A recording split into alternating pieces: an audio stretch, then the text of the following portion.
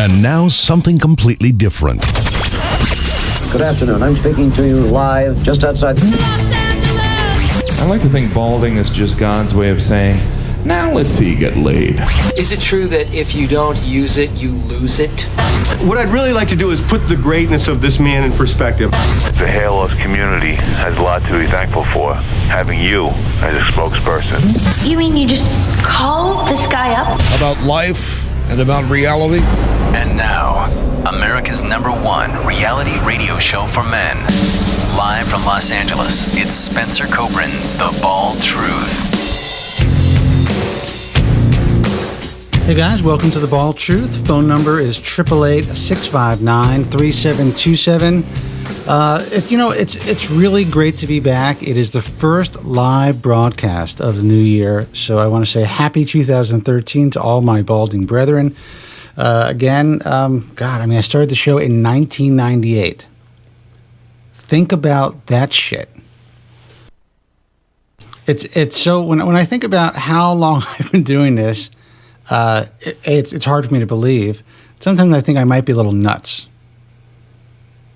Obviously, this is my passion. This is what I love to do. This is this is the best part of my job. Doing this program week in and week out for you guys, being able to connect and interact with hair loss sufferers out there, being able to hear your stories, being able to learn from each other, being able to share our experiences together. So that's the reason I'm still here. And also, since there's really, there's no effective cure for hair loss at this point, and there's still so much bullshit being sold, so much snake oil, so many, bullshit concocted products that are being sold in this $3.5 billion a year industry, that, there's obviously still a need for what we do. And what's interesting, 13 years later, is it 13 years? 15 years later, is that the need seems to be growing.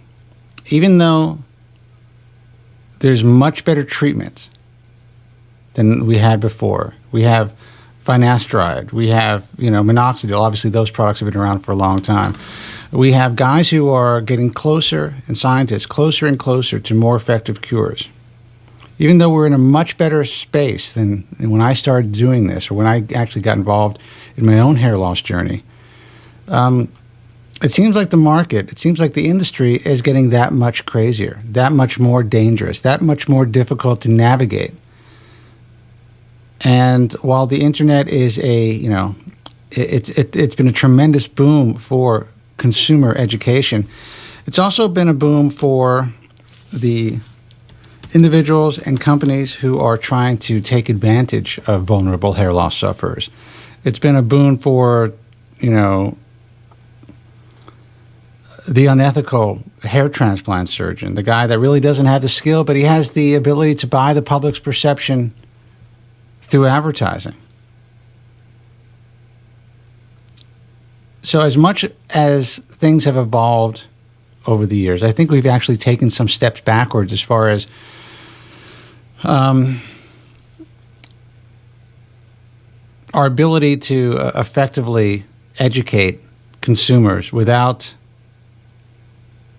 the added confusion that we see. And it's a mess out there. But, I continue to do this because of the emails that I get from you guys, from the letters of thanks, from the stories of guys who have, believe their lives have been changed by getting this information, who have moved on with their lives, who have had families and careers.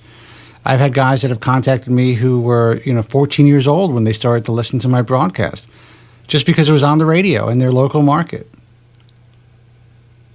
And now they're, closing in on 30, dealing with hair loss, and they kind of knew what direction to go in, even before they got burned. So,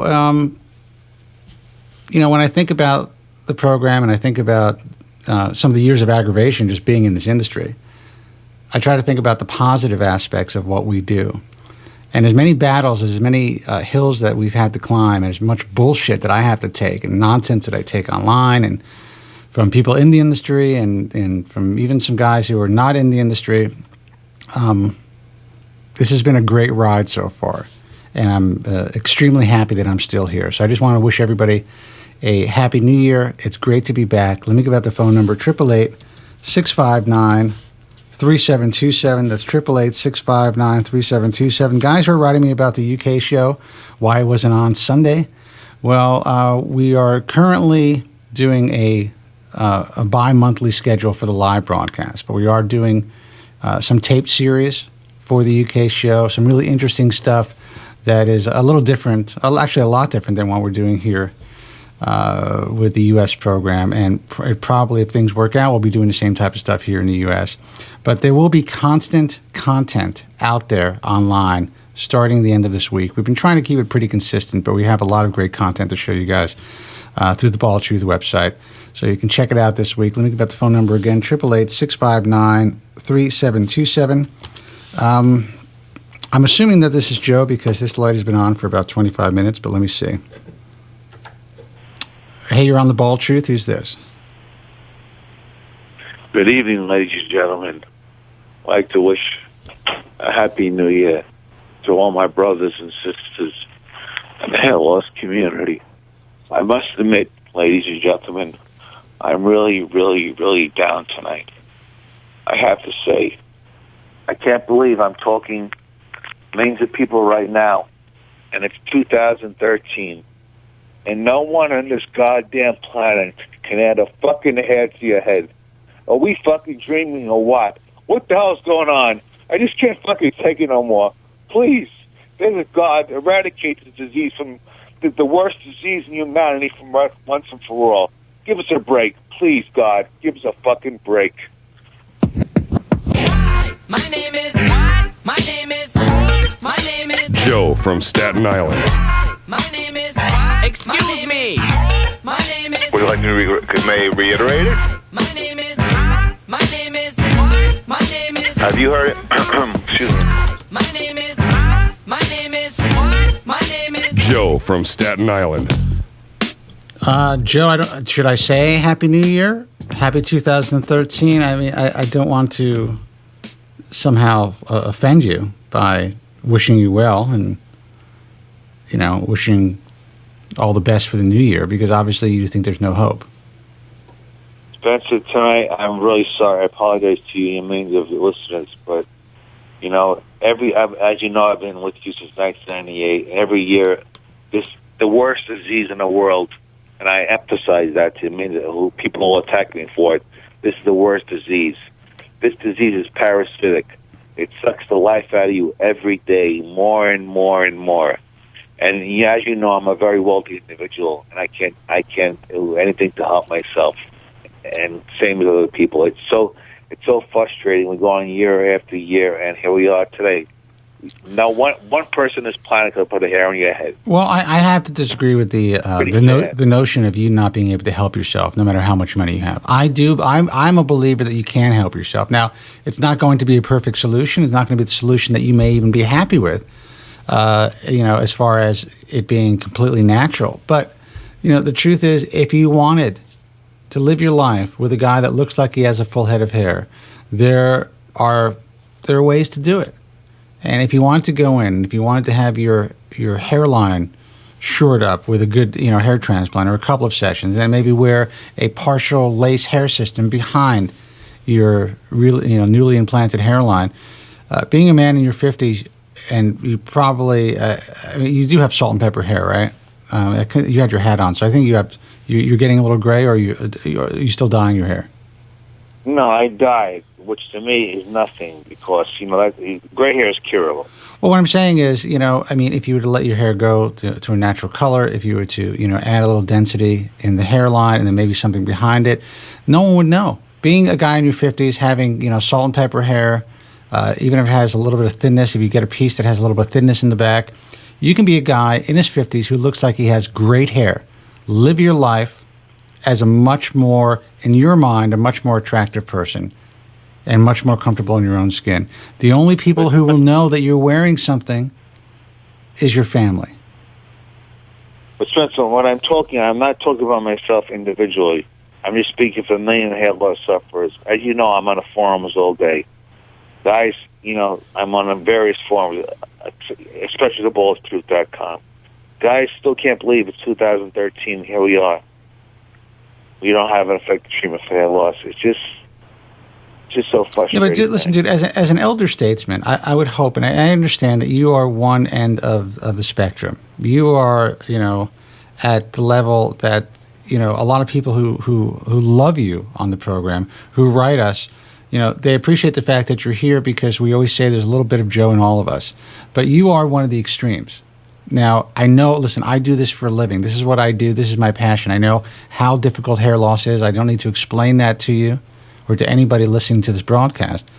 But I will tell you that there are guys in this world who have figured out ways to get through it without spending every waking moment online or consumed by it, not allowing their lives to progress. It sucks no matter which way you look at it. You're never the same, ever. You will never, once you start to lose your hair and you cross that line, there is no turning back. You will never be the same person. But for some people, it turns them into better people. For some people, they find ways to deal. Listen, I found a way to deal. It's not ideal. Sometimes I get poked fun of by some of the nastier guys online, whatever. But, I'm 47 years old. I saved a lot of hair. I feel very fortunate. I paint the back of my head. There's a lot of hairspray. I comb it to the side, so it's kind of like, call it the quasi-comb over, as you know. And this is the way that I deal with it. Is it perfect? Am I really ecstatically happy? Do I think that I could look a lot better if I had better hair or maybe added some more hair to the front or did something? Absolutely. But I still do my best to wake up every day to enjoy my life. And there are guys who are much worse off than me, obviously, who did not, Yes, there are, including myself. Yeah, but I'm saying, who didn't catch it early enough, who made the wrong moves. So I am in a unique position, I'm still not happy. The truth is the real me doesn't look like this. The me in the morning, has, it looks like he has much less hair or it's just, more bizarrely styled than it is right now. But I also know there are 19-year-old guys who are Norwood 4s. So they're dealing with things at a much different level than I have, even though I started losing my hair at a young age. Sometimes I think the younger you start, though, the more people are able to develop the tools they need to do well with hair loss in life. But I think it depends on the person. As you know, I was chemically castrated by a great physician, Dr. Norman Artrek, at the age of 18. Yes. Didn't do a damn thing for me, as you know. I had absolutely no DHT in my system at all. I was chemically castrated with oral spironolactone, estrogen, various other things, and do a damn thing for me. Yeah. And it's just, I'm not speaking for myself. I'm speaking for millions of people listening to the show right now who are in my position. I'd like to go to a movie as a normal person. I'd like to be able to shop. I'd like to be able to walk the beach, but it's just not possible. For millions of people in my condition, we can't live our lives. Well, I know. Listen, you saw him when you first met me. You talked about the aerodynamic walk that I have. When it's windy out, man, my head is down. You were laughing about it. You were a sufferer, and you were laughing about it when I walked in the door. I wasn't laughing. I really, I was studying you I was sitting by the window because I was waiting for you to meet me. But I don't mind that you were laughing because it's funny. It sucks. I was talking to my former producer, Dean J. D'Amelio, who is the associate producer for Dino for Tom Likas, and we're working together again on a project. And so we were talking, and we hadn't seen each other in a long time. And he was talking to Common Law was in the car with me. And we were just talking about the success of the Ball of Truth, and he was saying that he was talking about it to some of the other guys in radio, just how big it's gotten as far as, in the online world. Everyone is now jumping off radio, going to the internet. Internet broadcasting is obviously the wave of the future. But some broadcasts were made for the internet. And there was a discussion about the Ball of Truth. Basically, there was a couple of guys in radio saying that the Ball of Truth was really before its time. Because even though I was able to get on the radio, even though I was able to sustain it on the radio, it really wasn't a show that radio understood. It wasn't a show that was really meant for the typical radio audience. It was really a program that, at least in this market now, or in the way that broadcasting is now, it was kind of almost made for internet broadcasting, made for the medium where you can watch it and listen to it live, or you can watch it or listen to it on demand, because it's, in the world of radio, it's really niche. So anyway, to make a long story short, to get back to the aerodynamic walk, he was telling us this story that, when we first started to work together years ago, we were at this place on Sunset, Frankie and Johnny's Pizza, and we walk out after we have our pizza, and all of a sudden, and I remember this very well, he sees me kind of like turn around and almost walk backwards, and he didn't know what the fuck was going on.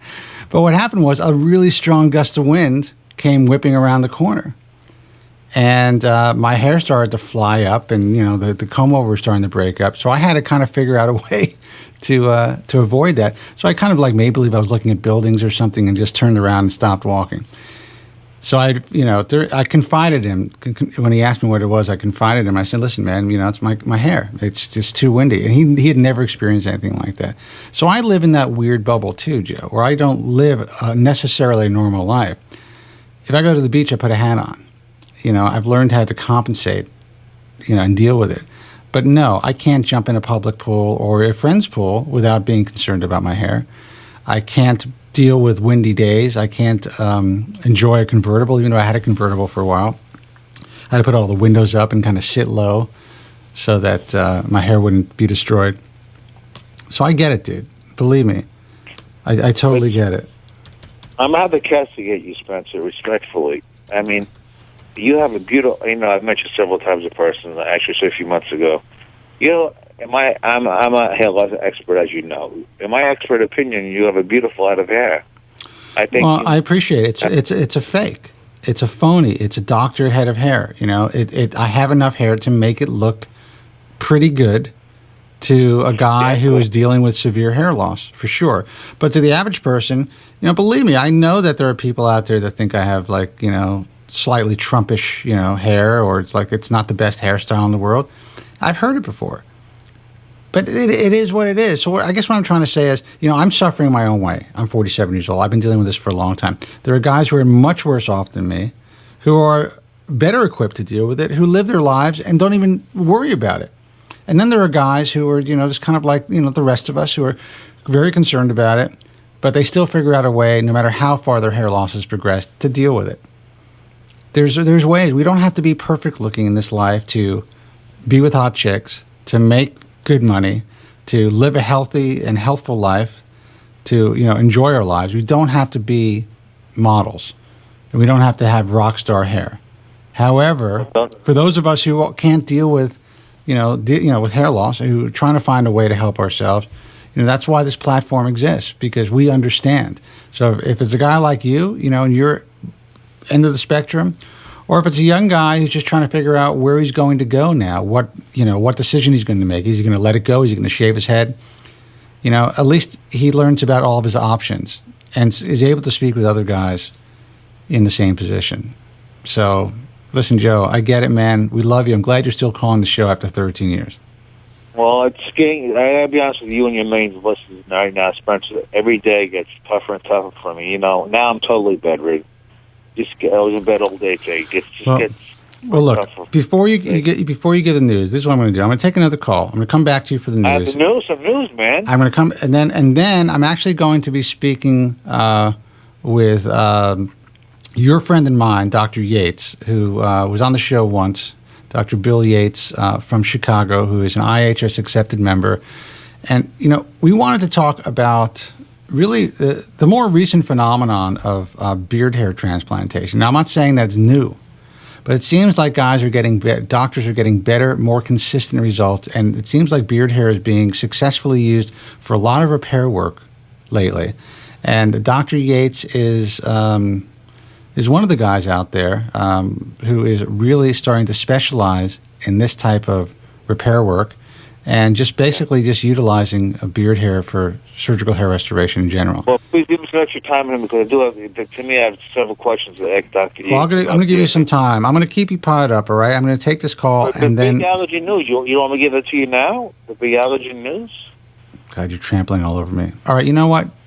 Joe, I'm going to give you the respect. Go ahead.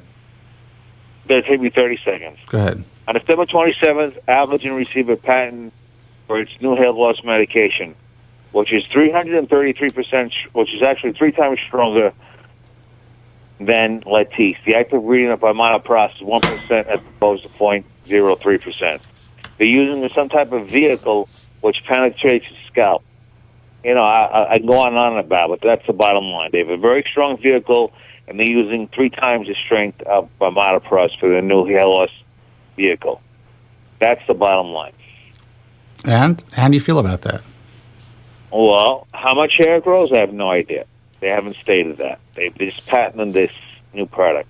Does it work? How much it works? Yes. How much does it grow? I have absolutely no idea. I'm not privy to like these other so-called cats on the forum. I have absolutely no idea. That's top secret corporate information. They're dealing with billions of dollars, and they're not going to release these mother effer psychotics on various forums. That's a fact that I can give you. They don't pander to these idiots on the forums like some other so-called physicians do. I haven't mentioned any names. Well, listen, there are some guys out there that are involved in the forums that might not necessarily be pandering, and then there are guys who are, in my view, who really will go with the flow of the forum and really try to cater to these vulnerable forum guys, just to try to get a leg up, in their online rep and maybe get some more patients. I can't stand that. I really can't. Let me say this very quickly. The so-called doctor who's now on the Bold Truth, who's a foreigner, his name begins with an N. For him to be pairing the people on the message forums really tells me this guy is not for real, in my expert opinion. I mean, why even talk to these people? Well, I know who you're talking about, and he did initially try to come onto the message forum to respond to some comments and concerns and some questions of some forum users about his hair multiplication process. Yes. Initially, we did not let him onto the forum. He's on every day. Because we told him to contact us. Basically, there is a protocol for doctors to address, concerns about their practice.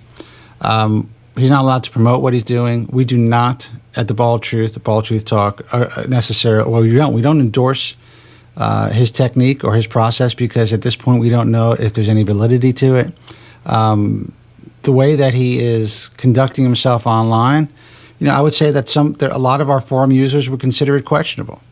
So what I do think is important is that at the very least, the guys that are getting this information, who are reading about this, who are seeing the interaction on Bald Truth Talk, can kind of come to their own conclusion of whether or not this Indian doctor's process is actually viable and if it's something that actually is going to help hair loss sufferers. In my opinion, I've seen no evidence. I've seen absolutely no evidence. So for guys to fly to India, for guys to consider having this done, for guys to even have the slightest notion that this is currently a possibility, I would say just continue to do your research. And, for me, I would not send the family member down there. Well, let me say one thing quickly. Maybe sometime in the future, he's demanding, interview with you. He wants to interview with you maybe sometime in the future. I'm not totally dismissing this cat. But look, I'm not going to dismiss this cat, but I'm not going to take the time to interview anybody and give them any added credibility unless there is some, even the slightest bit of evidence that what he's doing is a possibility. I've interviewed Cohen Go twice. I've spoken to him on many occasions. We are in correspondence, pretty consistently. I do believe that what Dr. Go is doing is something that, is, I'm trying to word this appropriately, something that has some potential. I definitely think that his work has gotten much, much cleaner. I don't think that anyone goes to see Dr. Go is going to be harmed in any way. And, we allow the conversations to go on Bald Truth Talk. We even gave Dr. Go, Dr. Go's supporters and people who are interested in his technique, his own section, because we think it's important to see how this thing evolves. I certainly don't feel the same about Dr. Negum at this point. And he has shown nothing to us that proves that what he's doing, that what he's offering in his practice is actually helping people. I'm not saying that it isn't, but until we get more proof, there's no way we're going to take the time to interview him, because you have to understand these physicians, and this is just the way of the world, they use these interviews as a way to market themselves. They use these interviews as a way to say, hey, check this out. They put in their media section, Spencer Kobren of The Bald Truth had me on a show. So to the consumer, that could, or listen, it may be negative for some consumers, but for most consumers, that is kind of like a feather in the physician's cap. So at this point, I just think it would be unfair to the consumer, and it's not something that I want to attach myself or my brand to in any capacity, not even in an expose form, if that would be the case, until we have some sort of proof. Well, let me just say this in closing. We have 10 more seconds. Allergan Corporation is sitting on a multi-billion-dollar drug, which is due to be released probably within a year. You see them even talking to anyone that messes with forums? That to me, that says it all. They won't even talk to any of these. It does. But I do think that companies like Tricoscience and Histogen and the guys that have made their appearances in the forum world have chosen to work with Bald Truth Talk and the Bald Truth to get some information out there. I definitely believe these are legitimate companies. I think there's a difference in trying to communicate to the hair loss community as opposed to trying to pander to the hair loss community. So I definitely think there is a distinct, line there. So, but I get what you're saying, Joe. I get what you're saying. Most the drug companies aren't going online and worrying about what whoever in the message forum is saying about them. They want me to just talk to them. They're dealing with $1 billion drug. They have time for these so-called experts? I don't think so. Well, Joe, listen. Thanks for the news. I'm gonna put you on hold. I say one thing. They don't even have time for me. What does that tell you? I hear you, man. Thank you, man. Right. God bless you. God bless you in 2013. You're a real match. Right. You're just a great human being. Thank you, Joe. I'll be on hold. Hey, you're on the Bald Truth. Who's this? This is George from Mobile, rainy, cold Mobile, Alabama. George, what's happening, man? Happy New Year. Happy New Year to you and to my dear suffering friend, Mr. Joe from Staten Island. It just breaks my heart to hear a guy that's got lots of money, lives in a nice house, doesn't want for a roof over his head, food in his stomach, clothes on his back, transportation, medical insurance, and yet he can't seem to find some way to find something in life that will make him, give him some sense of purpose, give him some peace and some happiness, and let him live his life rather than exist in this tortured state of limbo. I told him to go get like a Korean hooker on the side. Every couple of, twice a month. Give him something to look forward to. Well, when you started opening the show for the beginning of the new year, we knew Joe was coming on, and I just knew it was going to be. There was a really annoying program that came on when you and I were kids, and it lasted until we were grown. And it was on prime time, this stupid program called Hee Haw. Do you remember that? How can I forget it? Okay, everybody, most people are aware. Even if you're not from the South, most people are aware of that annoying. I was going to say, but I lived in New York. I was going to say you actually lived it. Well, not actually. I'm just kidding. I grew up here in the burbs, on the Gulf Coast, and we don't share much in common. Most of the Gulf Coast cities along the Gulf Coast of coast of the Gulf of Mexico, we share more in common than, if you have to go inland deep into the state of Alabama, like an hour or two up into the sticks to get to the country folk. We're down here in the suburban metro area, but be that as it may, there was a song, if you recall, from that annoying Hee Haw program that they did every week, and this will be a blast from the past. Do you remember the name of the song? It was like a medley song, and a bunch of the different countries performers on there all joined in, and they were sitting around like in these, overhauls with holes in them and patches in their ass and all that, and sitting around, in the bales of hay with the farm animals. And the name of the song was Gloom, Despair, and Agony, Oh Me, Deep Dark Depression, Excessive Misery. If it weren't for bad luck, I'd have no luck at all. Gloom, Despair, and Agony, Oh Me. I mean, I hated the program, and I can't forget the fucking song because I've heard it like a million times because my grandparents liked that stupid program. And I just knew when my friend Joe came on, it was going to be, as soon as he started talking, that Hee Haw song flashed back into my mind. Well, you know what? We're going to have to get that song for next week. 30 years ago, man, I can remember Junior Samples and Buck Owens and all these late, great, dead Hee Haw people. I think the only one still alive is, Grandpa Jones and Junior Samples and Buck Owens and String Bean. They're all dead. I think the only one left is Roy Clark, the guitar player. Yeah. All the rest of them are dead. So, but that song is like Joe's theme song, man.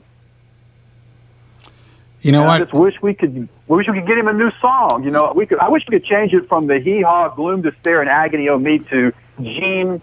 Gene. What was his name? The dancer and singer. Gene Kelly. Gene Kelly. I'm singing in the rain. Yeah. I wish we could change Joe's song.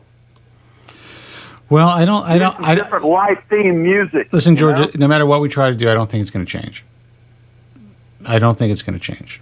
I'd love to do that for Joe. It breaks my heart because I'm looking at Joe, and I just lost my friend beginning of October at 53 who had bipolar for all those years, and he destroyed his health and ended up killing himself with an addiction to prescription drugs and cigarettes. And I just, Joe's got all this same stuff going on. Heart problems and all this, and he won't take care of himself, and he keeps focusing on all this other bullshit rather than taking care of his health. We keep trying to tell him, man, you've got to be alive for the cure to help you. He comes every week and tells us how the cure's around the corner, but he doesn't want to take care of himself to be here for when the good times finally roll in. Well, you know what happens, though? When you're dealing with depression, and especially if you have a propensity to kind of like be drawn to drugs and alcohol, and if you are given prescription drugs by your psychiatrist and you start to rely on that shit, it's not as easy to take care of yourself when you're in that state of mind as it takes a lot of work. You know that for yourself. You deal with depression yourself. We all do. I really have to pull back the reins in my life. Do you not think that I want to be like, once I get off this broadcast, I would love to get in my car, go out and get a couple of 6-packs and a bucket of chicken, and sit in front of my television and eat and drink myself into a stupor. I would love to do that, but I can't. I have to function in life. I have a family to support. I have people who depend on me for their payroll. I have I just have a life that I have to conduct reasonably. And, No, I understand exactly what you're saying. I was telling my mom last night, I was talking to her on the phone, was telling her about how, a couple of year or so ago, you were telling me, you need to have your own talk show, and you said you and Andrew could help me set up the board and do it all. I told my mom, I said, God, as much as I would like to have a forum where I could get out information I think people need to hear, it's just when you deal intermittently with depression, it's just the idea. I mean, I commend you for being able to gut it up once a week and have to go sit in front of a microphone and a camera and have to put yourself out there for everybody to look at you. Just, I don't even know if I could do that on a regular basis. And there's Andrew doing it every damn day. Yeah. And I'm doing it live now. I'm doing it live. I do it live twice a week, and I'm doing it live now with the UK show. That's another live twice a month. Plus, we're doing recorded shows. So I'm out there all the time. So I don't have time to be dealing with a hangover. I don't have time to be dealing with, a lot of the shit that, Joe has time for because he's not actually working. But who knows where I would be? I just don't know. I've decided to focus, kind of like turn lemons into lemonade, turn my life around, do what I do, and I enjoy what I do. I absolutely enjoy what I do. Plus, I do other things in my life. But as you know, it's not easy. We gave you that opportunity, like you said, and you never really got back to us on it. And it's not because you don't want to do something. It's like you said, it's not easy. It's not easy sometimes to get your shit together to do it. Well, I told you other things I was dealing with in my personal life that I've been struggling, with a bunch of legal stuff for about 7 years and still trying to resolve all that and that and a few health issues. So it wasn't I didn't appreciate the opportunity. It's just that I've got several things I'm, working on launching, but, you got to get yourself to a place in life where you can handle it. No, absolutely. Listen, and I am a guy that has to multitask with a lot of bullshit. I have been involved with lawsuits and, guys, defaming me and, just insane nonsense and still have to function. So I get it, man. Listen, it's certainly not easy. But listen, George, I actually have to take a quick break, and then we're going to bring Dr.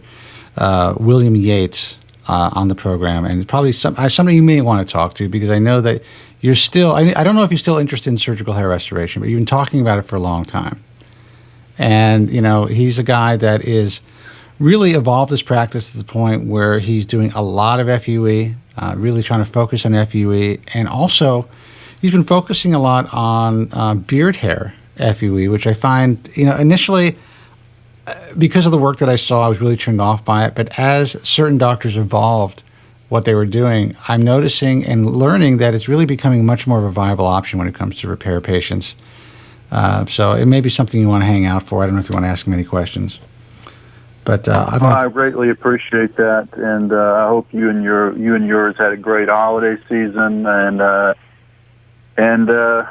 hope the new year starts off well for you guys. I hope your father is well. We haven't heard anything about him. I take it he's hanging in out there in New York. Huh? Yeah, he's hanging in there, man. I appreciate that. All right, dude. I'm going to take a break. I'm going to pot everybody down. Thanks for the call. 888-659-3727. When we come back, we'll be speaking to Dr. Bill Yates, IAHS accepted member, and we'll be taking your phone calls, of course. 888-659-3727. I'm Spencer Kobren. You're listening to and watching The Bald Truth. Stay with us. He's an international best-selling author, a contributing editor for Consumer Digest magazine, and the host of the longest-running reality radio show for men. I'd say he's the man. The truth shall set you free! It's Spencer Kobren's The Bald Truth.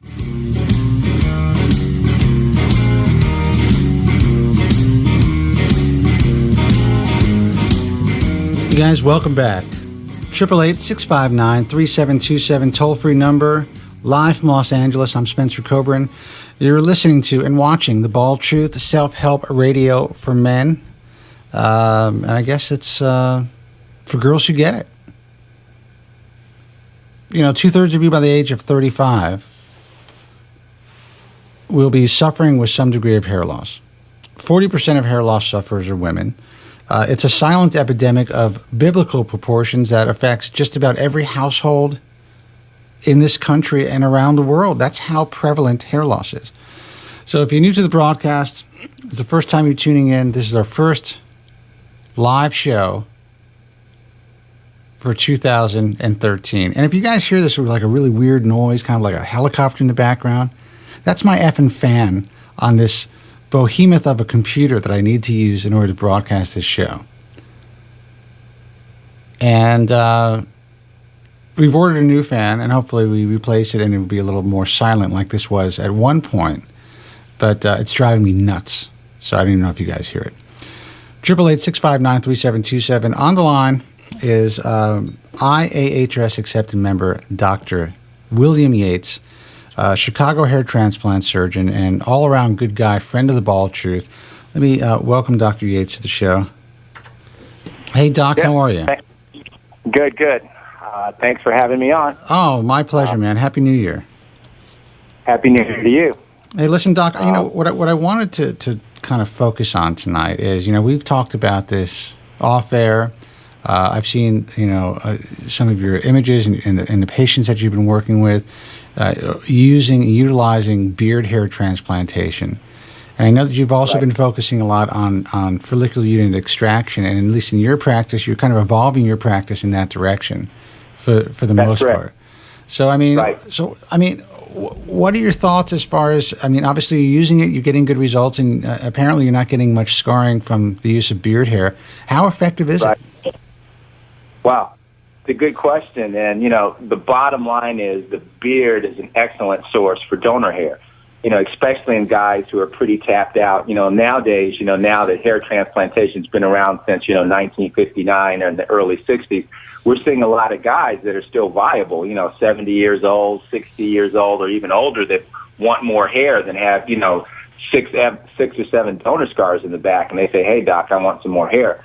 The beard is an excellent source to use as donor hair because, number one, most of the hair is always an antigen. So you don't have to really cherry pick and try to, get the best hairs because all the hair grows like wildfire. Right. As far as the scarring goes, the punch I use is like a 0.9 millimeter to a 1 millimeter punch. And I've done enough cases now, and looking at the results, I don't see any visible scarring under the chin. And usually when you do somebody like, say, a virgin beard for the first time, when you're doing both sides beneath the jaw, you can easily probably get out, 600 grafts pretty easily on your first pass. And then maybe if they want some more later after that heals, maybe do another 600 or 700 grafts. Now, there are guys like, Dr. Cole who can get out a lot more, like maybe 1,000, maybe 1,500 grafts. But those are guys that have been doing it maybe, 5 or 6 years from the beard. But right. I'm convinced the beard is here to stay. I mean, it's great filler hair. Shouldn't use it on the hairline, of course. But, further back, you can use it. You can use it for scars. Works great. Results are just, have been fantastic. I mean, it surprised me. Now, so I'm definitely a believer. So, I mean, there is some... there's some talk, and I don't know if this is actually accurate, that the beard hair, once it's transplanted to the scalp, eventually begins to take on more scalp hair characteristics. And, Ray Wood said this many, many years ago, that when he would transplant body hair, specifically chest hair, onto a person's scalp, in time, it took on the characteristics of head hair. It's never been proven from what I've seen, at least here in the U.S. I mean, are you seeing this type of stuff happening, or is it just basically look like beard growing on someone's scalp? I've just been doing it, say, for about a year now. So everybody that's been growing beard hair, it actually, the texture looks a little finer than beard hair, but a little thicker than scalp hair. Right. So I've been doing it long enough to have enough, personal observation to answer that question. But what I can say is the beard hair does not look weird, that on the scalp. When you intermingle it, with normal type grafting situation, it's nothing that anybody, almost even with a trained eye, can pick out. When I see it, I'm amazed every time. So you definitely think, okay, beard hair is here to stay. You think that it's obviously a viable option for people who are repair patients. But, I mean, you don't think, I mean, do you think that it shouldn't be used, I mean, until all of your viable scalp donor is depleted? I mean, would you agree with that, or do you think that it could be intermingled, in the second or third surgery?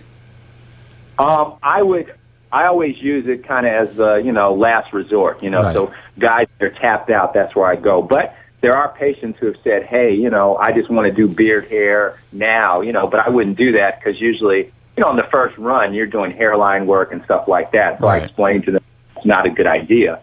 But, yeah, I mean, it's definitely an idea when you're, 2 or 3 surgeries deep and they have, another 1,000, 1,500 in the beard. I would definitely go for it without hesitation. Now you guys are extracting basically all the beard hair from the under chin area and around the jawline. Are you doing anything from the cheeks? I'm thinking about it because I haven't done it, but it's definitely crossing my mind because, again, the scarring has been so minimal, and I actually had Dr. Cole extracted some beard hair from my beard, and I'm African American, and you can't see anything where he took it from, and he just took 50 or 60 grafts. You can't tell.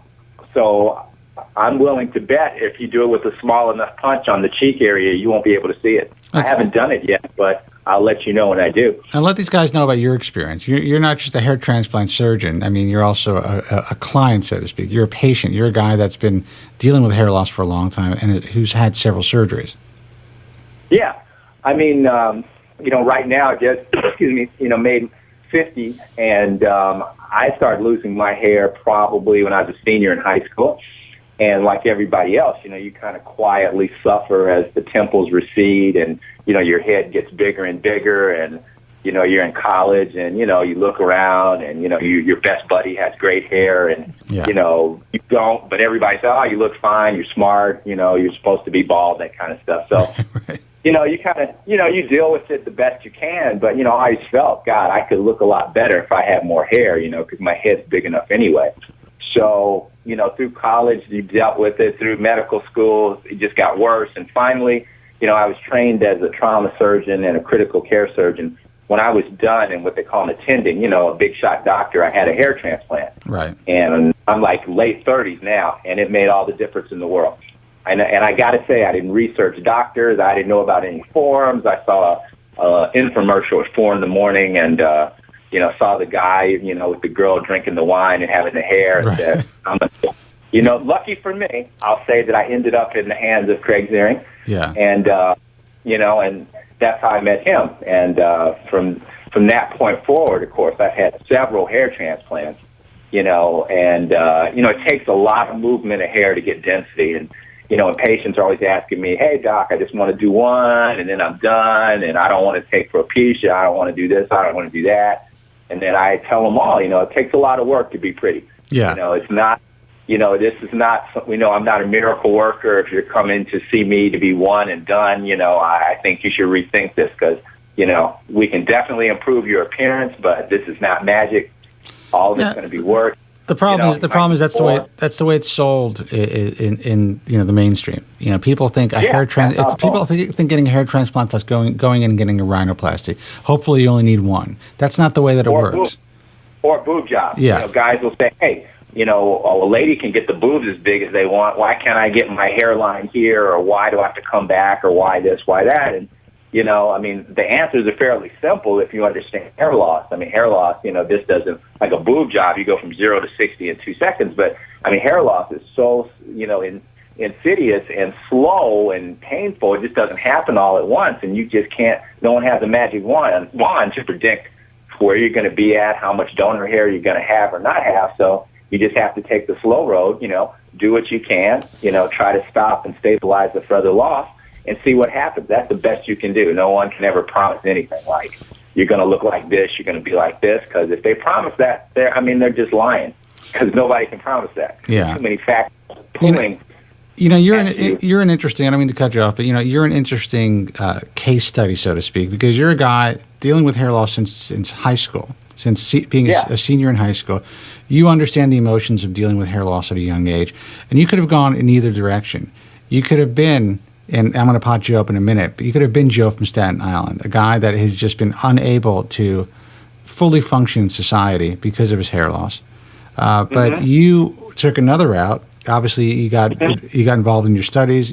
As miserable as you were about, maybe passing the mirror and looking at your hairline receding, you were still somehow equipped to get on with life.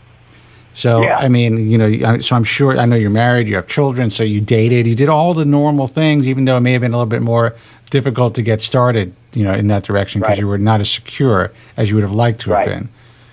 That's correct.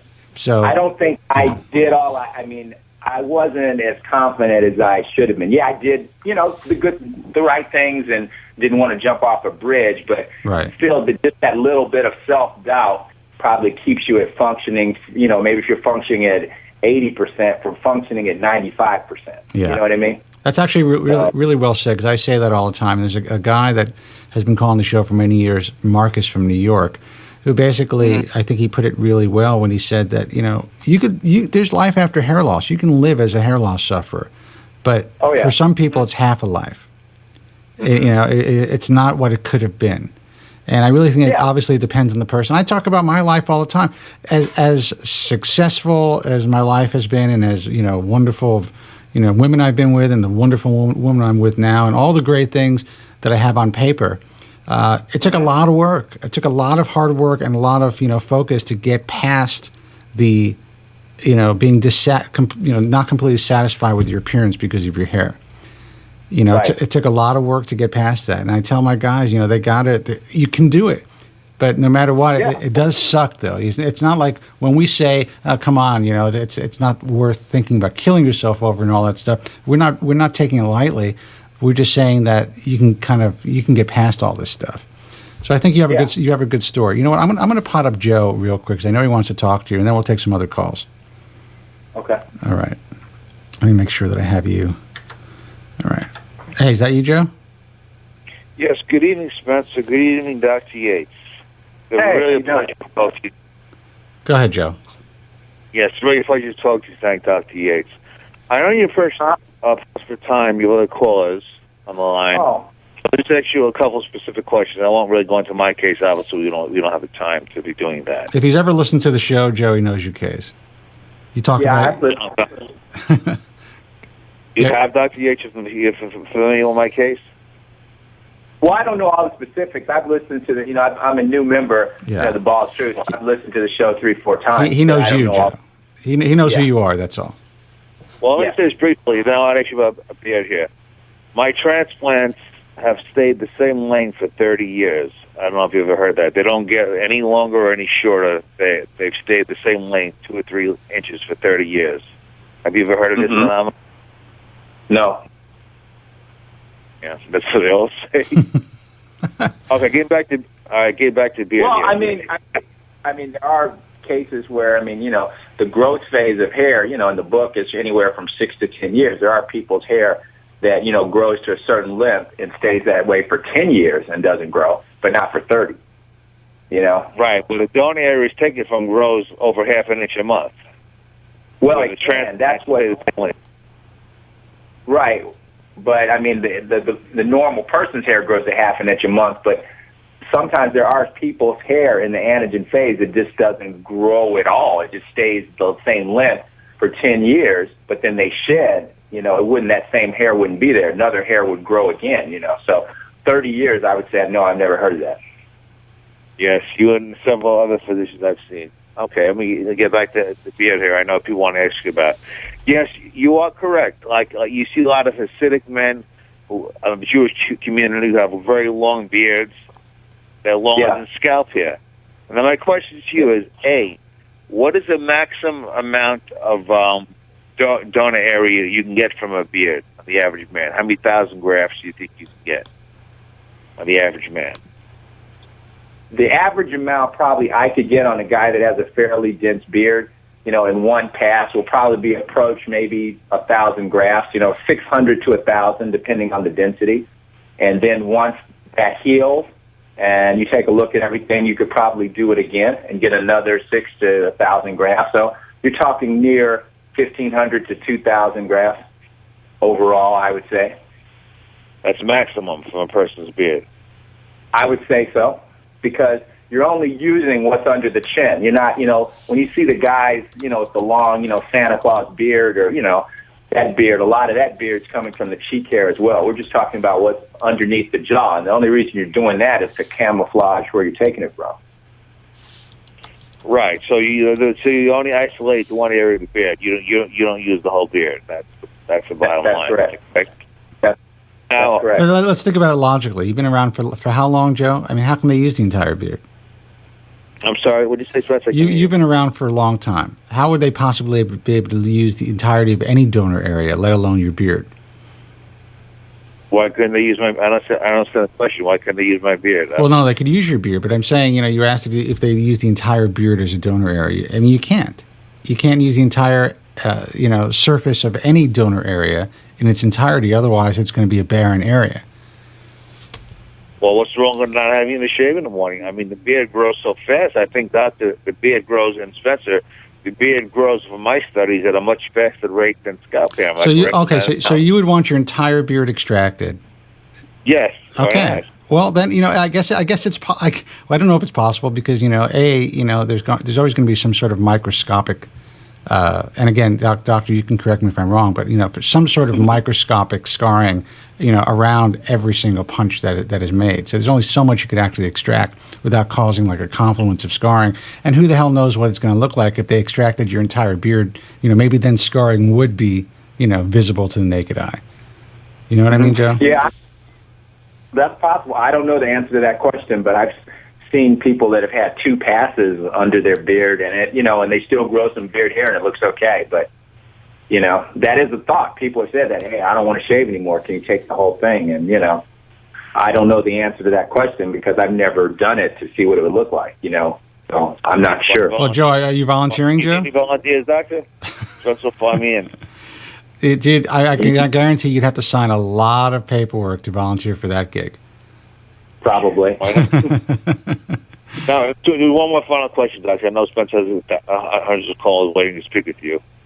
Do you also utilize any other areas of the body, such as pubic hair, chest hair, leg hair, back hair? Well, you could.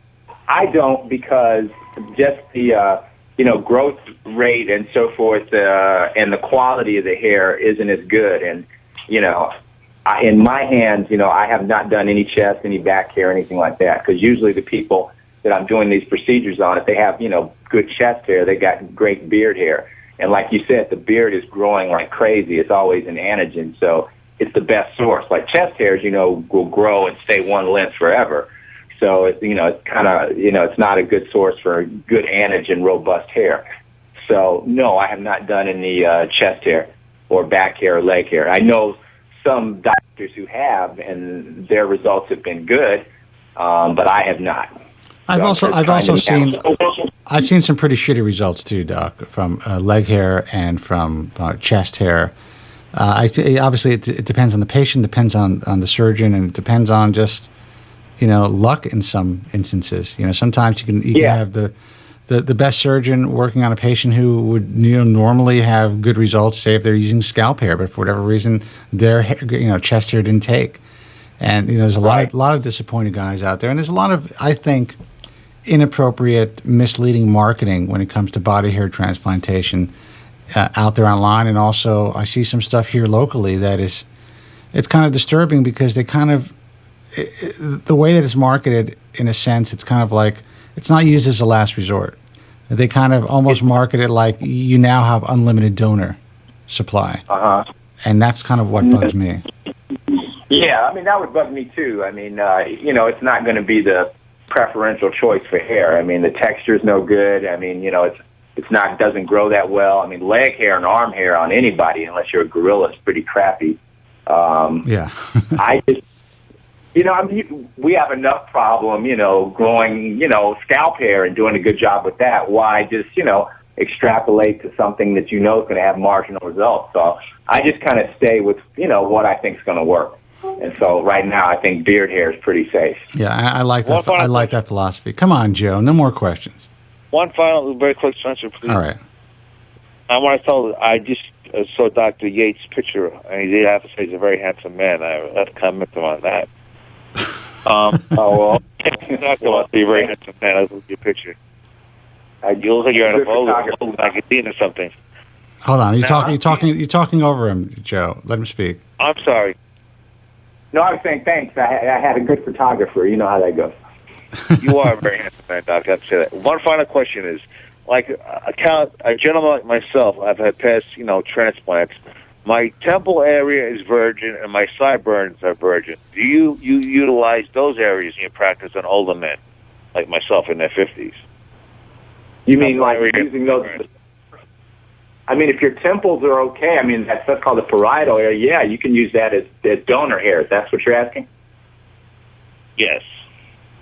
Yeah, sure. And how about the sideburns? My sideburns grow like crazy. Do you use sideburn hair? I've never done it, but it'd be worth looking at. I don't know. I see. All right, Joe. Joe, man. Thanks a lot. And by the way, Doctor, you can make a few extra dollars. I think maybe being a model or something, because you're a very handsome man to say that. You're a very intelligent gentleman. I thank you for the time. Spencer, I want to thank you for giving me this time of the air time. I really appreciate it. All right, man. You got it. Good night, Dr. Yates. Okay, thank you. All right, let's see who this is. Hey, you're on the ball. Truth is this. Hey, Spencer, this is Vic from D.C. Hi, Vic from D.C. What's happening, man? Happy New Year. Happy New Year to you, too, and Happy New Year, Dr. Yates. Yeah, same to you. So what's up, man? So, Dr. Yates, one thing that's kind of, after the last time you came on the show, I tried to find your website, but the IHRS website takes me straight to Ziering Medical. I was wondering, do you have your own website that customers could go to, clients? Well, actually, I one of the surgeons at Ziering Medical. Dr.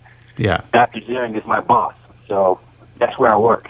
Yeah. So. Oh, okay. So how do we request for you? Let's say, do we just in the comment section? Do we just say I request Dr. Yates or? Yeah, I mean there's a number on there. Dr. Ziering works in the California office. I work in the Chicago office. So if you call the Chicago office, by default, I'm the only one there. Oh, there's an actual Chicago number there. Oh. Yeah. And you know what? Or just call his office. Just call the number and say you want to be connected with Dr. Yates' office, and they'll connect you. Oh, okay. Great, because last time it got me thinking about all the stuff we were talking about, and actually it's kind of good that the topic tonight's been focusing on beard hair because my beard's pretty thick, so and.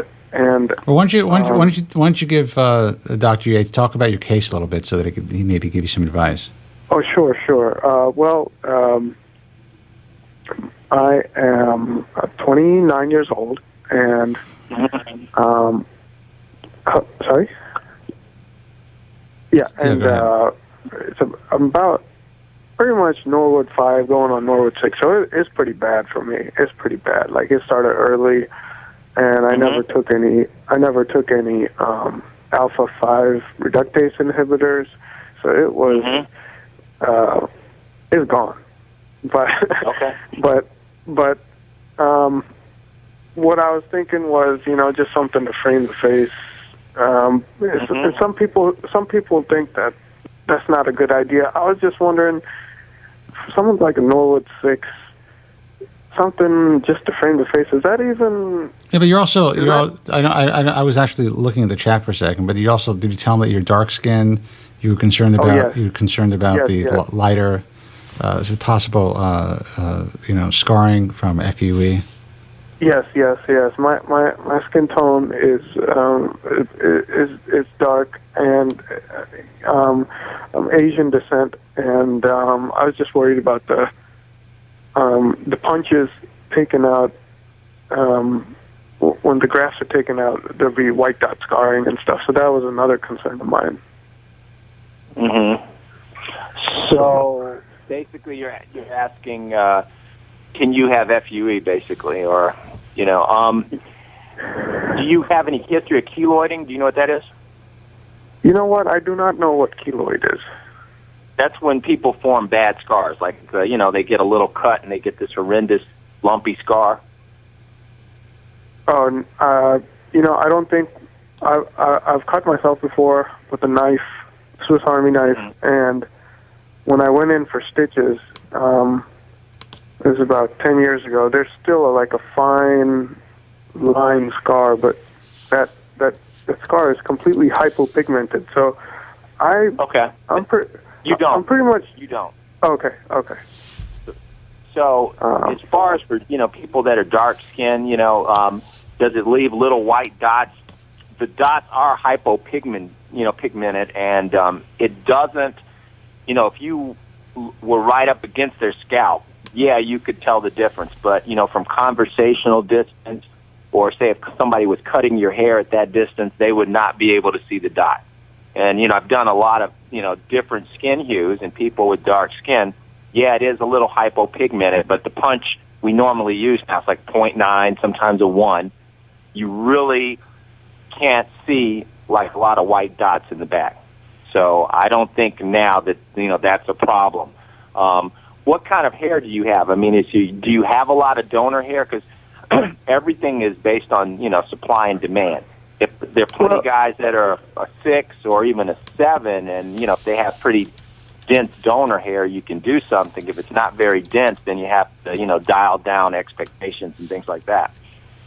Well, you're absolutely right, Doctor. My donor hair is not good at all. It's actually I'm a diffuse thinner all around, and even donor thin, but my beard is pretty damn thick, and so that's why all these discussions with beard hair is exciting. So I was hoping to actually, maybe you can do something. Maybe you guys can do like an online consult or something, just so you can kind of get a better idea.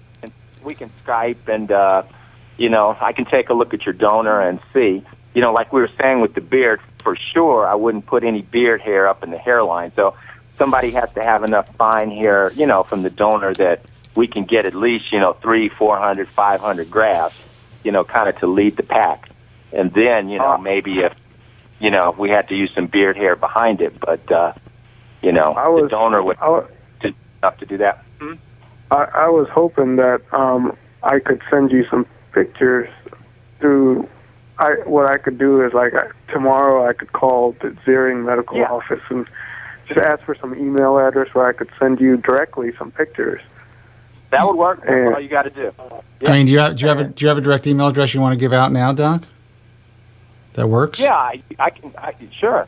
My email is Yates, which is my last name, and 7579 at Yahoo, and the 75 is just the numbers, 7579 at yahoo.com. Yahoo? Okay, let me get that correct. YATES 7579 at yahoo.com. Okay, great. That's great. I'm going to send you pictures as soon as possible. The thing is that I've been gaining more and more confidence in doing this procedure because myself talking to Spencer for over a year and then doing my own due diligence, it seems like 2013 should be the year for me. So what I'm going to do is, send you the pics, and then hopefully you can guide me to making some smart decisions. And of course, Spencer's always there for me. So well, you know what the smartest decision is. It's hair transplantation is always going to be there for you, dude. So, there's no need to rush into it. If you think that you're, make a good candidate, if Dr. Yates agrees, and if you're confident in moving forward, even if there's potential, there's always a potential for risk, and you're aware of that. And if you're still confident in moving forward, then that might be the decision to make. But there's never a rush, And just speaking to you calling, every once in a while for the last year. I remember when you first called in, and you were gung ho. You wanted to have this done, and we really had to educate you so that you can pull back on the reins a little bit and say, you know what? Wait a second. I didn't realize that, all these potential pitfalls were out there, and then you decided not to have it. So I still just remembering your story and listening to you for the last year, just really before you make a move, I think it's a good idea because Dr. Yates is a very honest guy to consult with him, but don't jump into anything because you seem to be doing pretty well without your hair. So absolutely, Spencer. And Spencer, one thing that I got from the show today and from the show you put on 2 weeks ago from UK, and that kind of still scares me, is all you, Specs and Dr. Yates, all of you guys say that beard hair is kind of like a last resort. So that kind of scares me. But at the same time, there's so much literature on the forum saying that eventually it takes on the characteristics of head hair. So I don't know if it's. I don't know if I would consider what's being written on the forums as literature. You know what I'm saying? It's not. This isn't necessarily peer-reviewed, documentation. There is, Well, I love Bald Truth Talk, and I think it's a tremendous resource and great source of information for hair loss sufferers. You also have to know there's also a lot of crap on every forum, and there's a lot of people who are just writing nonsense. These are armchair quarterbacks who think that they are scientists and they really know what's going on in the industry. So some of the information is just being gleaned off of some papers that have been read, or some anecdotal reporting, and then they're put out there on the forums, posted over and over again. They kind of become the gospel of the message forums. you have to be careful and really understand what the source of information or where it's coming from. So I would just knowing your history from calling the program, just do not jump into anything. Obviously, beard hair is a last resort, and Dr. Yates is somebody who's actually Specs and I know what we're talking about, but Dr. Yates is in the trenches. He's actually performing the surgery, and he's saying that. So let him just check you out. I wouldn't be. Definitely. Don't be anxious about having anything done, and don't be, Definitely. And yeah, go ahead. And if anything, at the worst, let's say I do take a trip out to Chicago, and Dr. Yates says, "Hey, listen, you're not really a good candidate." Hey, then I get to visit Chicago. That's a great city. So Absolutely. I'll look at it in a positive way. But that's good. Good. I just want to say thank you both, and thanks for taking my call, Spencer. Again, I'm really excited about UK show and this show. So it's great. I wish you the best 2013, and you too, Doctor. I'll be sending you pics soon. All right, man. Vic, listen. Take care. All right. Thanks for the call. Okay. Thank you. All right. 888-659-3727. Guys, we're going to take a short break. When we come back, we'll be taking your phone calls. Again, the phone number, 888-659-3727. We'll be right back after this break. Stay with us. The winner of 7 prestigious Golden Forehead Awards. My family's always arguing. It always starts off innocent, and then it gets vicious right away. So I was like, hey, looks like you're losing some hair. At least my wife's not a whore. Spencer David Kobren. Hey guys, welcome back. Just realized I played Pride and Joy on my way back from commercial last time. And that's why I need someone to run my board for me. I got a million things happening in front of me right now, and I'm supposed to be able to remember what bumper I played. 888-659-3727 is a toll-free number. On the phone with Dr. Bill Yates, IA Trust Accepted member, hair transplant surgeon, who is also a good friend of the Bald Truth. Had him on the show once before. And back by popular demand, I decided to have him back again because he is a guy that has embraced what a lot of hair loss consumers are really interested in. And that is less invasive surgical hair restoration, follicular unit extraction, and, utilizing donor hair from other areas of the body, especially when it is needed for repair surgery or when donor hair is depleted. Let me say hi to Dr. Yates, and we're actually only going to keep him on for another few minutes of this segment because we have to move on to something else. Hey, Doc, you still there? Yeah. Yeah, thanks for hanging out. So, I think that the general consensus is, and a couple of years ago this wasn't the case, that beard hair is certainly viable when utilized correctly. And I think it's great that there are more doctors like yourself who are starting to embrace this and not turn their backs on the possibility because it might be, too difficult to kind of figure out how to do it correctly, or they just figure, it's just not worth my time. When it comes to hair loss, as you know, being a hair loss sufferer yourself, being a hair transplant patient yourself, just the slightest amount, just a little bit more hair can do for your self-esteem. So if you're able to get 1,500 more grafts out of your donor bank or 2,000 more grafts, that could really help to camouflage past scarring or to kind of add underground to the bald area. I mean, I think it's a really good step forward in the evolution of the field. Yeah. I would say, to piggyback on that, patients sometimes I'll say, well, if we could get 500 more grafts, I think that would really help. And a lot of people, because you hear all these numbers like, 3,000 grafts. If you don't do 3,000, you're not going to do anything. But it's like, I tell them, well, listen, what are your alternatives? It's like, if you're out of gas and I gave you, 10 gallons of gas, would you take it? They say, of course I take it. Okay, so now if we can get 500 extra grafts and use them in a strategic place, why wouldn't you do it? Right. So a lot of times from these areas, I call them like rescue procedures, we can get 600, 1,000 grafts, and it makes a huge difference. So the days of when guys say, hey, 500 grafts, they want to poo-poo that. strategically placed, each one of those follicles will make a difference. Yeah, it's like a bucket of sand. You take, a bucket of sand, put it on a small beach, you got a nice sand castle. You take the same bucket of sand, you put it on a big beach, you got nothing, Yeah. So you got to know what you're doing, but every, from a guy that, like you said, has lost hair and now has, a good hairline and a frame of my face, it's changed everything. So every hair you can get and move and place appropriately counts. It's not 3,000 nothing. I'm in total agreement with that, and I like the way you think. Honestly, I'm not just stroking you on the show because you're on the show. It's just I tell it like it is. And there's a lot of guys who I have a lot of respect for who are doing great work, but they're so close-minded that they kind of let that stifle their practice and also the possibilities for their patients. And obviously they're not bald and they haven't lost their hair, or they're very ugly and they don't care. Right. Well, I guess that's a good point. And there are guys out there that are in the industry. They're good at what they do, but they don't have the empathy, for sure. They're good mechanically. They're good physicians. They can. They're really keeping to the standard of care. But that's it. So yeah, I agree with that.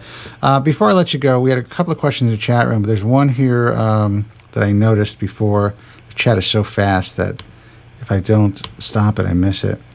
I don't see it here, but I think the question was, do you recommend patients having hair transplants who refuse to or who are unwilling to take finasteride? Do you think it's still a good idea? I'd say most of the time it's really not a good idea. I mean, if somebody has a good medical reason, and just totally opposed to taking medicines in their body, or has a liver problem, or has had side effects, then, I will, explain the risk and go ahead with it. But most of my happiest patients are people that, we say, you do addition without subtraction, because, Mother Nature's working every day to make you more bald if you're genetically inclined. So if you don't do anything to slow that train down, we can only get such, there's a limit on the results. So would I turn somebody down who wasn't willing to take it? That's, an answer that's patient dependent. If it was a young guy that was balding rapidly, and, I wouldn't do it without any help from, some stabilization, that's medical stabilization. But as a hard and fast rule, depending on the patient, I've done plenty of patients who, for some good reason, did not want to take, medical stabilization therapy. Now, when you do that, you have to make sure that they understand what the consequences could be. Now, if I think that they're not going to be realistic with that, then I'll say no. And I have had patients like that who, are upset that, I didn't want to do it. But, just relying only on a hair transplant and then having very unrealistic expectations, that's definitely an equation for disaster. Right, and they may be upset, but you're basically providing them with a tremendous service by turning them away. Because if these guys are blind to the possibility. They think, maybe the transplant will look good for a year or two, maybe, or maybe not. But once you're cut, whether it's FUE or whether it's, FUT, once you go under the knife, so to speak, you are having surgery. And if you go that route, not only are you spending the money, but there is an emotional toll that it can take. Even if the entire scenario is perfect, you're still dealing with the emotional roller coaster of waiting for the hair to grow in, dealing with possible shock loss, all that entails, before you get to an end result. And then if that end result only lasts for a couple of, 6 months or a year, and then you start to progress more, some guys they'll freak out. They're not going to be able to deal with it well. They would have been much better off doing nothing and having the option to shave their head. No question. Yeah. That's one reason I do kind of think, the FUE has an advantage because when I first started doing hair transplants 7 years ago, I can't tell you how many guys I've seen that have said, that I've seen from other practices or from wherever that they said, God, I wish I would have just shaved my head. Now I have this scar. Right. And that really hits home. So every time I see a patient, I always think of that scenario. That's why, a lot of people don't concentrate on the aesthetics of the donor. They just concentrate on, I want the hair to grow and look like this. But if your donor scar is messed up, that's equally, in my mind, a disservice as, you know, the hair not growing. I mean, there are two parts of the operation. Both are equally as important in my mind. Listen, I wrote the book on that, and I certainly agree. You know, when I first started the IHRS back in 2000, you know, what I would ask from physicians is actually images of the donor area, and no one had ever heard of that. No one even considered that being an issue. And just about every doctor that I spoke with when I initially asked for those results and for those images, most of them didn't have them. Only a handful of guys, my original 11 guys actually in the Ball of Truth, these are the only guys that actually had and cared enough to take pictures of the donor area. So for me, that was very, very telling, and it really did help me build my base for the IHRS. I remember that year in the ISHRS conference, at least to my knowledge, was the first year that there was ever a discussion about the aesthetics of the donor region. And I personally believe it was all based on the, how can I put it delicately, the economic pressure that the Ball of Truth and the IHRS kind of caused and kind of started to put out there for doctors who weren't really meeting the grade, because the consumer really didn't know much about, unless the guys have already been botched or had bad donor areas, didn't really know much about the donor area. They didn't know to look at former patients who've had surgery by the doctors that they were looking towards. And yeah, it's a big deal. It really is a big deal. So I'm glad that you said that. Doctors just 10 years ago weren't even thinking about that. No, that's a very big deal. Yeah. You know, and I tell that to all the patients that they need to worry about the donor area just as much as the area up front. You know, so. Well, listen, Doc, I really appreciate your time. I'm going to let you go. Why don't you give out your direct email address again in case someone wants to contact you directly? Okay. It's Yates, which is Yates. The number's 7579 at yahoo.com. And you can just, email me and I'll answer your questions or, send pictures and, we'll figure it out. Yeah, and of course you could also contact him through the IHRS website, also the American Hair Loss Association, or you can you're hanging around the forums more, so you probably answer a question or two on the forum if someone asks you a question, right, Doc? Sure. Okay, well, good. All right, listen, Dr. William Yates, IHRS accepted member. Doc, thanks so much for joining us. I'll talk to you soon. Okay, my pleasure. All right, man, take care. 888-659-3727. I love having that guy on the air. You know why? He really has I think he has a great philosophy, and so few doctors will go out there and kind of tell it like it is the way that he does. The guy has done plenty of strips in his day. And I do believe that, a strip procedure, and there are guys out there that hate when I say this, but I certainly believe that for the right candidate, a strip procedure could be, in some cases, and again, Dr. Cole, whoever, don't hate me for saying this, but I do think in some cases it could be a superior procedure. Just the way that it is. You definitely get more bang for your buck. You definitely get the entire sweet spot in the occipital region, so you can utilize all of that donor area as opposed to going in and cherry picking through FUE. However, I do think that, and as you know, I was the biggest proponent for FUE that probably ever existed, because I did introduce it to physicians here in North America. I definitely think that FUE is evolving. It is definitely here to stay. And I would say that most young guys are gravitating towards having follicular unit extraction as opposed to strip surgery. So I think it's paramount.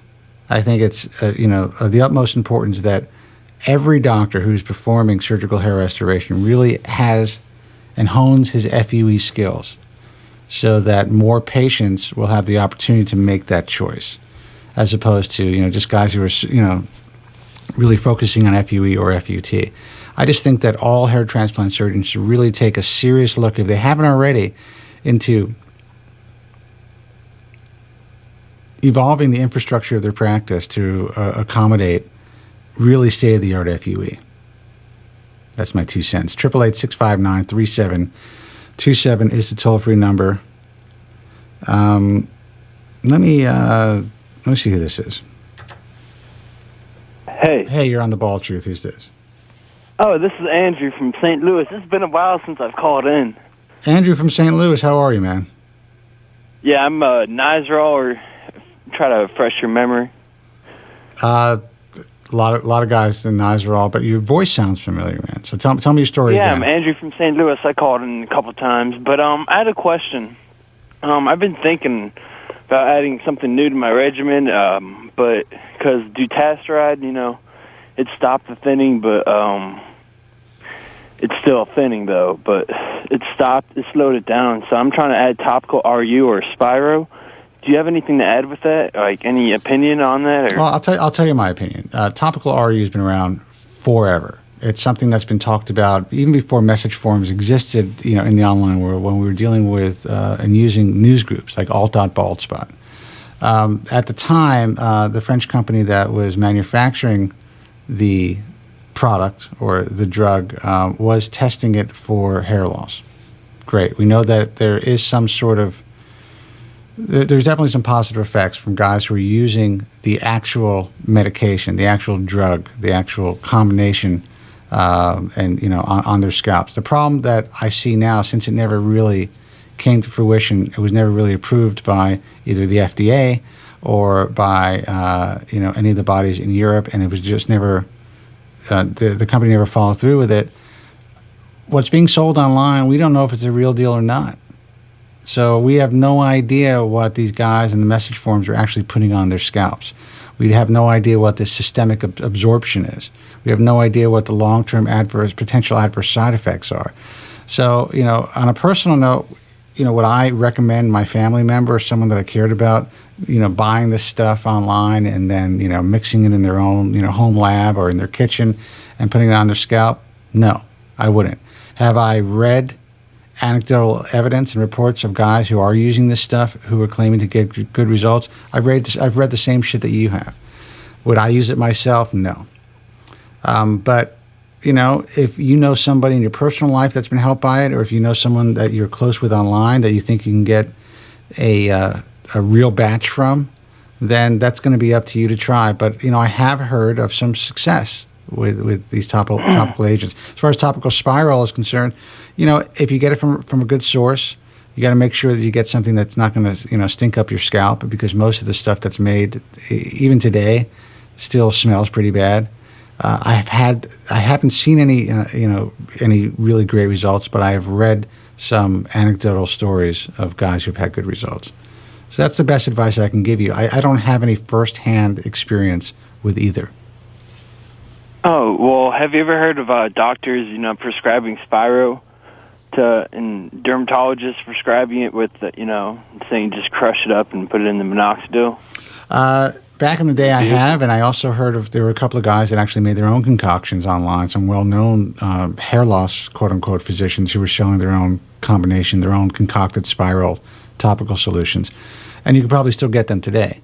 But yes, I'm kind of only interested in going to a real pharmacy, That's where I get the dutasteride and the Nizoral. And that would be my suggestion. I think that's the way anyone should go. I'd never suggest anybody going anywhere else except through a doctor and through a real pharmacy. You can talk to your dermatologist about that. I have heard of some guys who would prescribe it. They would basically send you to a compounding pharmacy, and they would give the pharmacist the exact, recipe, so to speak, on how to compound it. There are doctors who do that. I don't know of anybody offhand, though, but I have heard of it. Oh, okay. Well, thank you. I wish I could have given you a more definitive answer, like, hey, go here and buy this, but I can't. But I would say that, if you're taking dutasteride already, let me ask you this. Have you slowed the progression or stopped the progression of your hair loss? For sure. Yeah, but, I know where it's headed, and time will only make it worse. So it's. But you don't think you don't think it's stopped. You see yourself losing ground still?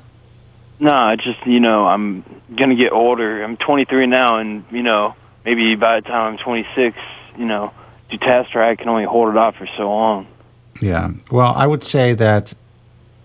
I'm glad that I'm glad that you're thinking ahead, but I don't think I would panic or do anything. I wouldn't mess with it right now, especially if you're doing okay. If it's not progressing right now, It's great that you... Thanks. I know my brother's like a Norwood 3 or 4 when he was my age, and we look like pretty similar. I just been on finasteride and everything since I was 18, so yeah, well, worked out very well. Well, I'm glad that you're very well. I'm glad you're having good experience, and so you have had no adverse side effects. Oh no, not at all. That's awesome. It's been can't even tell. Oh, that's good to know. That's a good story. So you are a 23-year-old kid. You're on finasteride. Now you're on dutasteride, right? Well, yeah, I've been on dutasteride for about over half a year, so. All right. Well, it's even better. It's like, definitely can't tell. If anything, I feel better. Well, hey, man, that's good. So, I mean, honestly, so then I know that you're concerned about what may come down the pike, but if you're doing better now, things have slowed down, you're not progressing, you're not having any side effects, why fuck with it?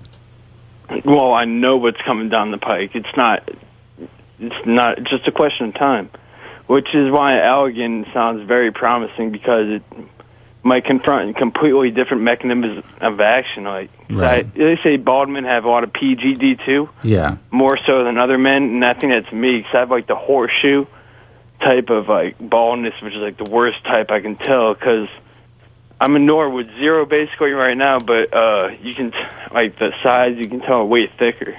Yeah. Well, you know, the thing is, you're holding on. Look, I started to take finasteride almost 20 years ago, and I can tell you that while my hair is far from perfect, it slowed the progression. I mean, I would be significantly bald. So, you know, if you're able to just keep what you have for another 10 years using what we have today, I think you're going to be in pretty good shape. So I don't... Allergan's very... Yeah, go ahead. Promising. Yeah, well, I think Allergan's very promising. You know, if I can add that, who knows? None of us know. I'm not privy to that information. You may be, but you know. Oh, I'm not. Sounds very believe me, promising. I'm not privy to any miracle cures. I wish that I was. No, sir, I didn't mean that in a derogatory sense. You know? Oh no! I'm not taking it in a derogatory sense, dude. Okay. I know. I could tell you're a friend of the show. Don't worry. Okay. All right. So listen, I appreciate the call. I wish you the best of luck. All right, man. Yes, sir. All right. Thank you. Take care. Okay. Bye. Take care. You know how depressing it is when a 23-year-old man calls you sir, like he's your son. Hey, Joe, you there? Well, Spencer, when I was 22 years old, wearing uniform, all the gentlemen would call me sir.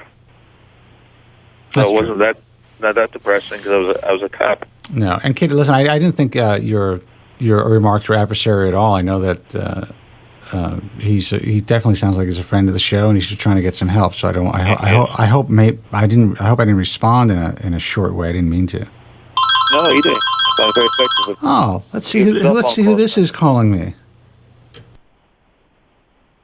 Maybe your father.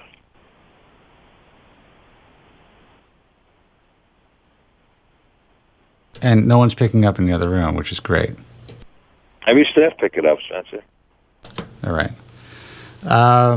Jesus. Want to go out? I have to say, I have two quick points. Yeah, go ahead.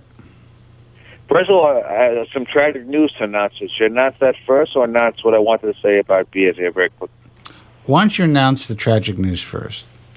Well, unfortunately, as you know, my nephew, who we discussed on here a couple of years ago, you know, I'm in a position, as you know, I put him on Propecia and Rogaine. He went to the doctor.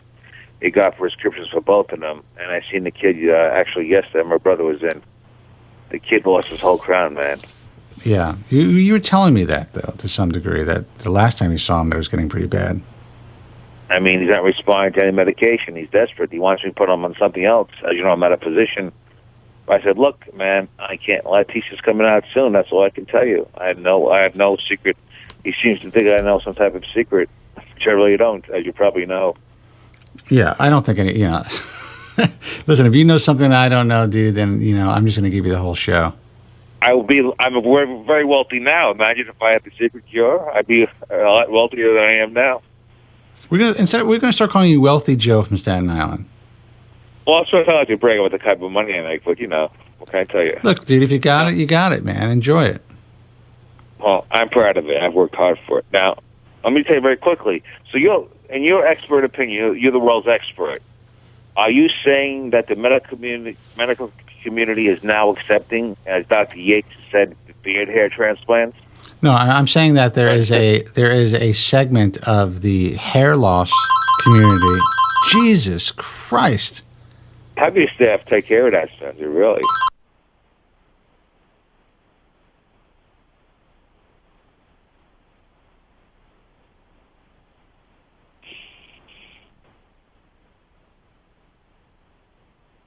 Hello? Yeah, I'm so pissed at this point, I don't know what to say. I'm sorry. No, I mean, it seems to me more and more doctors like Dr. Wesley, another RX physician in Manhattan, is having great results with beard hair transplants. It seems to be more and more accepted every day. Right. I think it's being accepted by some of the more forward-thinking hair transplant surgeons, the guys that are really willing to, put a little elbow grease in, get the work done, really do as much as they can to help patients. And then there's a group of guys who, some of them are good doctors doing pretty good work, but they're unwilling to change. They're unwilling to put more work into what they're doing, to evolve their practice, to change the infrastructure of their practice. They're happy with the status quo because they're able to make their money. They're doing good work. They're able to make their money. Do their day and go home with, and hang out with their families and do whatever they need to do for their lives. And they figure, let the next guy do that. So there are a handful of really forward-thinking guys. We have, Dr. Prasanga in Brussels, and we have Dr. Yates here in the U.S., and Dr. Cole, and, Dr. Wesley. Yes, absolutely, Dr. Wesley in New York. Some guys, and guys that I'm forgetting about who are part of the IHRS, many of them, who are all forward-thinking doctors who are really trying to evolve, and I've said evolve 20 times this show, evolve this field and get hair loss sufferers and surgical hair restoration patients to a point where hair transplantation not only could be a viable option, but could really, really make a huge difference in a significantly bald person. Where right now it could still, just using traditional methods, you're going to make a huge difference if you pick the right doctor, the right staff, and you're the right candidate. But, like you said, there's nothing wrong if you could place an extra 600 grafts strategically, maybe use them for, temporal peaks or whatever. It's just that much more hair to work with. So the guys that are open to it, who are not necessarily experimenting on paying patients, but who are doing it consistently, and who are telling their patients, hey, listen, this is beard hair. We don't know exactly, or at least the guys who were starting at the beginning, they didn't know exactly if it was going to work 100%, but now they're getting much more consistency, and they kind of understand how to utilize it better because it is a different texture, like you said. But it still is, it's pretty close to head hair. And the fact that it does grow, it's constantly in an anagen phase, or for the most part, I think it makes it a lot easier to cherry pick and choose, what grafts, because you really don't have to cherry pick, unless you're going for, particular size grafts. So but beard hair is I'm sorry. Yeah, go ahead. Beard hair is obviously much coarser than scalp hair, and it grows like a tremendous rate. If I don't shave for 2 weeks, forget about it. I was like Santa Claus. And the bottom line is, coarser hair adds more density on a scalp, which is an advantage, in my opinion. I agree, and I think if it's used correctly, it could really be beneficial. But Dr. Yates said, and I think some other doctors I've spoken with said the same thing. For some reason, beard hair, at least initially, the first year, it could be eventually once it cycles, it could cycle differently. It doesn't grow quite as thick as it does in your beard on your scalp. And I don't know if it's because of the way that it's extracted. I don't know if it's because, I'm not sure why. I don't know if there's some sort of a slight change in the structure of the follicle once it's extracted. I know that is the case with, in some cases, depending on how the hair is extracted and what type of punch is extracted. If the size of the punch is too small, sometimes there can be a slight change in the hair follicle itself. It could be slightly damaged. So I don't know. I'm not sure why it grows thinner. I'm not sure if that's just a phenomenon that happens or occurs during the first cycle or the first year or two. But listen, more hair you have to work with, the better. So the bottom line is, Bravo to the guys that are utilizing beard hair transplants or utilizing beard hair for donor and who are doing it well. I just feel sorry for the guys that either listen to the show or read the forums and don't really read or listen carefully and think that anybody who claims that they're doing beard hair transplantation is doing it well, because that's not the case. I have seen some bad work, especially during the beginning phases when guys were first starting to experiment with it. But there are some guys who are, going to pick it up, and they're not going to do their due diligence. They're not going to do their, put a real effort into training, and they're just going to say, hey, this looks easy, I'm going to try it, and there's going to be patients harmed. So if you're considering getting this done, again, it's a last resort, and make sure that your doctor does it consistently. Well, this certain doctor, I think, I'm talking about in Los Angeles, is claiming he's getting 5,000 grafts from a beard. I think you know what I'm talking about. His last name begins with a U. Look, I do know who you're talking about, and I have to tell you, at this stage of the game, I can't support these claims or recommend, this particular doctor. However, I have seen some good work come out of his facility. I've seen some good stuff online. I've also spoken to one patient in particular who I'll never forget, who had a lot of body hair, beard, and everything extracted. He spent $100,000, and the work was abysmal. It was horrendous. And how this guy survived this is a testament to his own personal confidence and just the way he lives his life, because he ended up having to wear a hairpiece after spending $100,000 with this doctor. Well, was work done by that certain doctor whose name we won't mention? Yes, it was. It was done by that doctor. Well, besides being financially devastated, this guy was emotionally destroyed and disfigured for life. I would say he was disfigured for sure. The hairline was extremely low. The design was, in my view, bizarre. Bizarrely straight, almost, almost like a caricature of what a bad hair transplant would be, except it wasn't pluggy. You know what I mean? It was just the way that it was designed. It was horrible. It was horrible. Now, this particular doctor is, he's recommended or he sponsors other sites, and I'm not saying that at some point, his work isn't going to be good enough to be a part of what we do. I don't know. But right now, just the way that things are being sold, I'm just uncomfortable with it. I'm completely uncomfortable with it. I think body hair is a last resort, in my view, for it to be sold as an option for even guys who are not severely damaged, who are not in need of repair surgery. It disturbs me. So it's something that I just can't get behind at this point. So, in other words, you're not 100% behind beard hair transplants at this point. I don't mean to put you down. No, I'm 100% beard hair transplants if it's done correctly and if it's utilized for the right reasons. I'm 100% behind them. I've seen very good results. If a guy like Dr. Pasanga says, listen, I think that I can help this cat with a beard hair transplant, then I would trust him. If a guy like Dr. Yates says that, then I would trust him. But again, I think Dr. Yates is very candid. He said it's not your first line of attack. He's not going. Someone comes in and says, "I have a great beard. I want that used first." Unless it's a very, very special circumstance, he's probably going to turn him away. It's not because the beard hair transplants won't work. It's because it really should be saved and utilized for specific scenarios. For, again, the repair patient, for a fill-in, for maybe underground, right behind the hairline. If there's no more, grafts that can be used from the scalp, it can be extremely invaluable for many. But I don't think they should be utilized and wasted first. So to answer your question, I'm 100% beard hair transplantation when it's done correctly, utilized, and the hair is utilized well, and it's done by the right surgeon. Well, I mean, if you could pick up another 2,500 grafts from your beard, 2,000 grafts from your beard, I mean, you have a limited donor area, like a lot of people do. I think that in itself is a tremendous advancement in hair restoration surgery. I agree, 100%.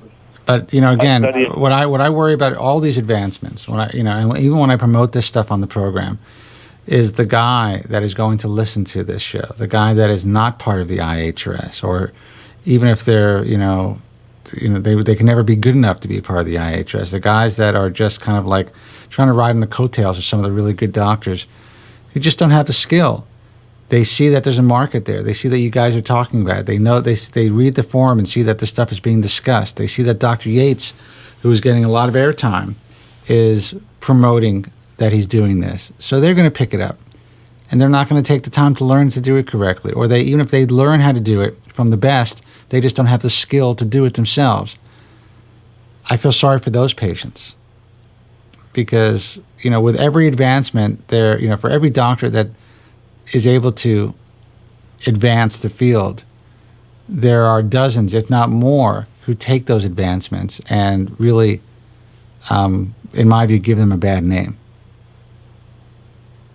Well, I would suggest anyone going for beard hair transplant see an IAARH physician like Dr. Yates or Dr. Wesley in New York, who I'm seriously thinking of seeing, and I'll call you if I do go to see him because, I would like to utilize beard hair. Well, you know what? He's actually doing some really interesting stuff, and he wants me to come and sit with him, and, maybe you can do that too and talk to him about it, and, maybe we can, have that on the show. But, you are close by to him. He's a really nice guy. He's a young guy too. I really think he's going to be a big player in the industry. He's really moving forward with some great advancements. Well, if I call his office, maybe he's familiar with my name. I hope he is. Maybe he can help me out. He may or may not be. He's pretty new to the whole ball truth scene. He's a young guy.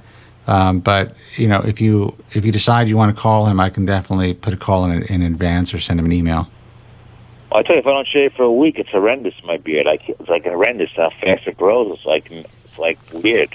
Yeah, mine grows pretty fast, too. But listen, Joe, we're going to close up shop. Thanks for calling in. I want to thank you for the extra time tonight. And by the way, I hope your father's doing well. I know you don't like to discuss him on the air, but I just want you to say I hope he's doing well. Thanks for all the time. I appreciate that, man. Great show, by the way, man. I wish you the best for the new year. All right. All you guys out there suffering, I really hope 2013 helps relieve our pain once and for all. All right, man. Listen, I'm going to pot you down. Happy New Year, Joe. The website's thebaldtruth.com. If you want to check out the Bald Truth message forum, go directly through baldtruthtalk.com. You can interact with other hair loss sufferers. You could join, become a member. The forum is semi-private, so it does take time sometimes to get approved if you want to post, but it's definitely worth it. So feel free to join, and you will get membership approval in a relatively short period of time. To check out the American Hair Loss Association, of course, go to americanhairloss.org. And remember, we are doing the UK show live for all of my European listeners. Sunday, the 20th of January at 8 p.m. Greenwich Mean Time. I guess that's what it is, so GMT time. And, of course, I will be back next week, same time, same place, right here. So until next time, thank you so much for listening. God bless. Thank God bless. See, I screwed up my first show of the new year. I screwed it up. Jesus. Be strong, and God bless. And God bless.